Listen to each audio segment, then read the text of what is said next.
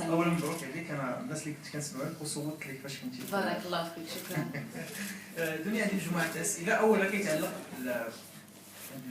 بالنجوميه اللي حققتيها في هذه السنوات القصيره ربما واللي ما وصلتلاش حتى كارمن اللي خدت اللقب من. كيفاش كتشوف اليوم دنيا؟ واش راضيه على المسار ديالها كيفاش مشى من بعد الخروج من البرنامج؟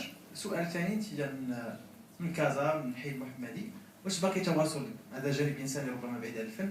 كيفاش باقي كتواصلي مع الناس الجيران ديالك، المعارف ديالك القديمه، ام ان النجوميه ربما خداتك بعيد عليهم؟ شكرا. العفو.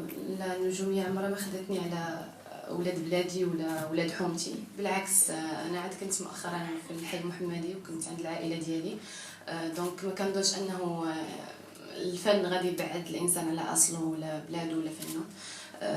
الاصل تيبقى الاصل ديالنا اللي هو المغرب، ومنين نضجنا ومنين كبرنا اللي هو الحي المحمدي، دونك هذا شيء بلا ما نهضروا عليه حتى ما غاديش ننساه اكيد. ثانيا شكرا لك على التصويت.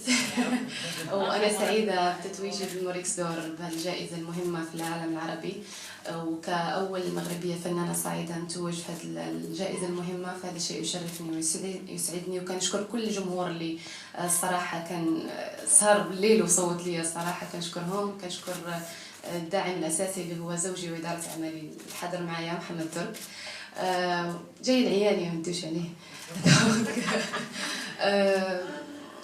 هذا هو كان سؤالك ولا كان حول الرضا على المسار ديالك؟ المسار ديالي اكيد كاين رضا، لانه الحمد لله درسنا واحد الخطوات كانت مدروسه جدا مع اداره اعمال وحتى مع الشركه السابقه. يعني كان واحد النجاح، واكثر كان في اداره جديده اللي هي اداره اعمالي محمد ترك. كان واحد الدراسه جدا دقيقه اللي وصلتني في واحد الوقت وجيز، واحد النجوميه كيتمناها اي فنان صراحه. الحمد لله انا سعيده وفي نفس الوقت خايفه، لانه هذه مسؤوليه كبيره. خاصني نبقى واحد العبء عليا، كيبقى انه لازم انني نكون عند حسن ظن الجمهور اللي حتى هو عنده واحد الدور كبير في وصول للنجوميه. الحمد لله.